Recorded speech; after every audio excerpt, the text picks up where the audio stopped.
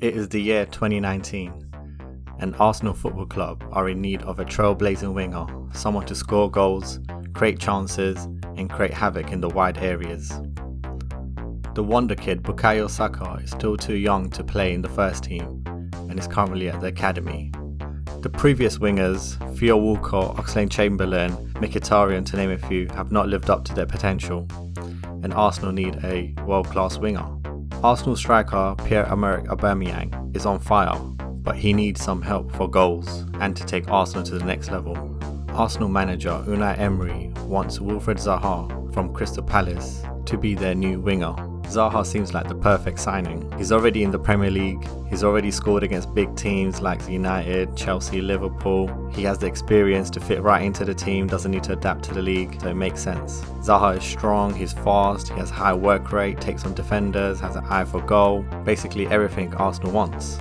So Arsenal put in a bid for 40 million, which is instantly rejected by Crystal Palace. You see, Crystal Palace are in no hurry to sell Zaha. He had recently just signed a 5-year contract and they are demanding 70 million. Arsenal, being the cheapskates that they are, only bid 40. They are unwilling to meet the 70 million fee because Arsenal's current transfer record was for Aubameyang, which cost them £54 million, and they don't want to smash their transfer record for Zaha. But Palace were not budging, they want 70 million up front. Arsenal come back with another offer, 50 million. Again, completely disregarding what Palace are quoting of 70 million. Arsenal go back again with 55 million, which is again rejected. As a final desperate last-ditch offer, Arsenal, the cheapskates, and their owner Stan Concrete, another cheapskate who's still a billionaire, go back with 70 million, but it's not 70 million up front. It's involving heavy installments of payments for like 5-10 mil per year for 3-4 years. But Palace want 70 million up front. Eventually Arsenal reject that. They don't want to pay 70 million, they don't want to break the transfer record, so they turn their heads to look for another winger, and they turn their heads to France, Lille specifically, and their winger Nicolas Pepe, who has just been on a tear in the French league. Pepe had signed for Lille in 2017. In his first season he scored 13 goals in 36 appearances. Second season, where his real breakout season happened, he scored 22 goals in 38 appearances. Only Mbappe had been involved with more goals than Pepe in the 2018-2019 season. Lille had also been in the Europa League and Pepe had been doing well there, which gained him more exposure to Europe. So Arsenal, in desperate need for their winger and can't get Zaha, they go to Lille with that 70 million but with heavy installments, and of course Lille are happy to accept that because they've never seen that money like that before, and regardless of if it's in installments, they just signed this player 2 years ago for 10 million, they're happy to take 70 million, 60 million profit. So Arsenal confirmed the signing of Nicolas Pepe for 72 million on a 5-year contract. Arsenal manager Emery is quoted in saying, "Nicolas is highly rated and a talented winger who was wanted by many of the top teams in Europe." Yeah, I'm not sure how many top teams really wanted him, maybe the mid-tier teams like Napoli and Tottenham, but I don't remember the big guns really after Pepe. However, Arsenal fans, the lost causes that they are, were very excited about the signing because the last winger from Lille to come to the Premier League was none other than Eden Hazard. If Pepe can be as half as good as Hazard, then they'll get their money back and they'll be very happy with that signing. Arsenal fans were very excited that Pepe was coming to the club to combine with Aubameyang and Lacazette, the French connection, and we thought that it was going to be a tear-up. Pepe makes his full team debut against Liverpool. Arsenal lost that match 3-1, but there was some excitement amongst Arsenal fans. Pepe was showing flashes of brilliance, particularly one play where he ran past Van Dijk, made Van Dijk spin around and drop on the floor. This had Arsenal fans licking their lips. This is the first time ever Virgil van Dijk, who at that time was the best defender in the world, no argument, had been run past by. He usually never lets players get past him, but Pepe had done that. However, besides that flash of brilliance, his season in 2019 was a bit of a disappointing one. He never really lived up to that excitement. In 31 games, he only scored 5 goals. But we were able to chalk that off because Arsenal in general had a bad year Unai Emery, the manager, got sacked halfway and there was a lot of disruptions. So Pepe failing the first season, we excuse that. Mikel Arteta came in as Arsenal's new manager and there was hopes Pepe would flourish under him. But Pepe never really dominated games. He may get in the odd goal from, 2 yards away, a little tap in or maybe a little cut in the corner, but he never really dominated the games. He never showed his strengths. He never took on defenders. Only moments of brilliance against the smaller teams, but he never really became that dominant player you expect him from, considering he was worth 70 million, or Arsenal valued him at 70 million.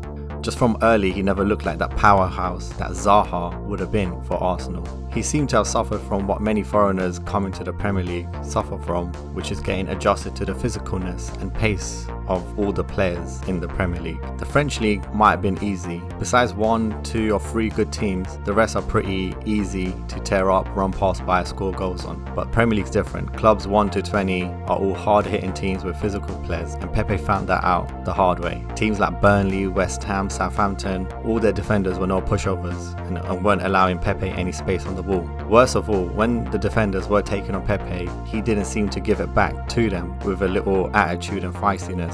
And that's exactly what made Hazard succeed at Chelsea. At the beginning he struggled, but he adjusted to the physicalness and he gave back to the defenders what they were giving to them, and then defenders feared him. Whereas Pepe with his just always looked scared of getting tackled or getting fouled, and the defenders on the Premier League preyed on that. At this point, Arsenal fans were starting to worry, were starting to think 70 million might have just been a bit too much for Pepe, especially he's 24, 25, he really should be just taken off. It's not really a work in progress, especially when he spent 70 million, your club record fee on a player. They were slowly getting to worried that he wasn't the player we thought he was. We might have wasted the money, but there's hope he could pick up in the second season. So in his second season, the 2020-2021 season, he started 29 matches, scored 10 goals with only 1 assist provided. Again, not great stats. 10 goals is a decent return, but not for a 70 million type of player. You expect 20 goals, 18 goals and 10 assists also. Arsenal wanted a talisman, a star player, but Pepe wasn't that. He had just become a team player. He would get in the goals around the 80th minute. He was never the decisive player, never the talisman we were looking for. It seemed like Pepe enjoyed blending in instead of trying to stand out. He seems like a timid type of player and not the flair player we thought he was at Lille. He would often show flashes of the Robben cutback and shoot into a top corner, but he never did it often enough. And you also got the sense that new manager Arteta just doesn't really fancy Pepe. He wouldn't really start him in the big matches. When he does start matches, he would take him off as a sub in the 70th minute, and Saka started coming on for Pepe and Saka was doing much better performances. On the subject of Bukayo Saka, that second season, 2020 season, was the complete breakout of Bukayo Saka. Arsenal's 18-year-old wonder kid, who's come from our academy, has been playing for us since he was age of 7. He was putting in the performances that Pepe was meant to. For an 18-year-old, he would take over matches. He would take on grown men, barging them out the way, showing them that he's stronger. He was glide past players with lovely finesse. He showed maturity beyond his age, and the Arsenal fans loved him. His interviews, he said all the right things. He had all the right attributes, the hard work to succeed at Arsenal, and Arsenal fans were loving Saka and what he was doing for the club. And we tried Saka at different positions and eventually he landed on the right wing position. That seems like his best position. And of course Pepe is meant to be a right winger. So Saka was starting ahead of Pepe. An 18-year-old was starting ahead of our 70 million player and showing him levels of how to play in the Premier League. And Pepe just could not come back at Saka. And clearly Saka was outdoing him in training. And that's why Saka was starting in matches and not Pepe. So after all that, we spent 70 million trying to find a talisman, and all along our talisman was in our academy for free, but we wasted 70 million on Pepe. Currently in this season, we're about halfway through the 2021 season and Pepe has only started 5 matches, 4 sub appearances, 0 goals in return in the Premier League. He scored 2 goals in the League Cup against Sunderland, but doing good against championship level teams seemed like all he can do. And Pepe's role at Arsenal, his future at the club just doesn't seem certain anymore, especially with Arsenal's young guns rising. The Sakas, the Smith Rowe, Martinelli, they've all cemented that wing position, and Pepe, being much older, the 70 million man, he can't compete with the young guys and he's just not on their level.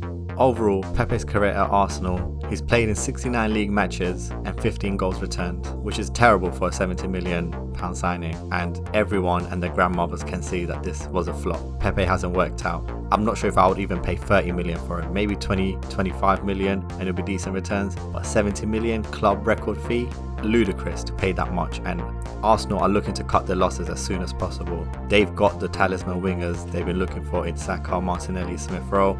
Pepe is not that man, and Arsenal are looking to get rid of the deadwood to start a new era. Pepe is part of that deadwood, so is Aubameyang. We need to get rid of them as soon as possible to move on and take the right step forward. If Arsenal can even sell Pepe for 30 million, I think most fans will be happy, because that's how much his stocks have fallen from being valued at 70 million by Arsenal. Whoever the transfer guru was that sanctioned that signing, that thought Pepe was a 70 million man just because he had one good season or two good seasons at Lille in the French league. In the French league, not really anywhere else.